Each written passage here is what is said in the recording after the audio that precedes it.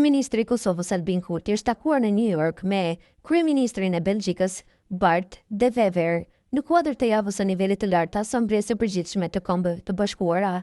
Në njoftimin e tij, Kurti ka theksuar se Belgjika është partner e rëndësishme për Kosovën në procesin e integrimit evropian dhe euroatlantik. Ai u rikujtoi ngritjen e ambasadës belge në Prishtinë vitin e kaluar, vendimi për dërgimin e atasheu të mbrojtjes si dhe nënshkrimin e deklaratës së qëllimit të përbashkët mes ministrive të mbrojtjes.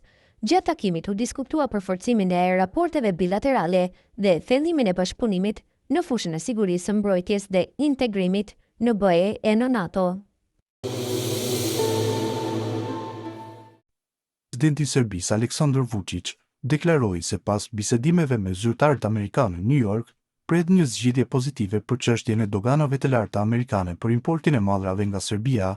Vučić u tha gazetarëve se megjithëse se kishte planifikuar një takim me sekretarin amerikan të financave Scott Bessent, ai takim nuk u realizua pasi Bessent papritur kishte një takim tjetër, po shtoi se zyrtarët me të cilët bisedoi, Richard Grenell dhe John Jovanovic, ishin në koordinime të.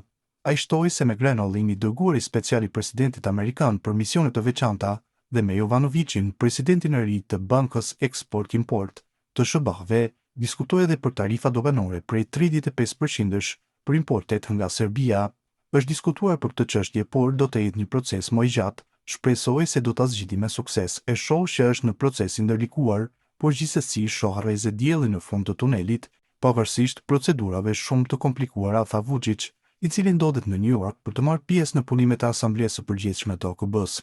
Doganat e larta amerikane për importet nga shumë vende hyn në fuqi më 7 gusht, raporton Nova.rs.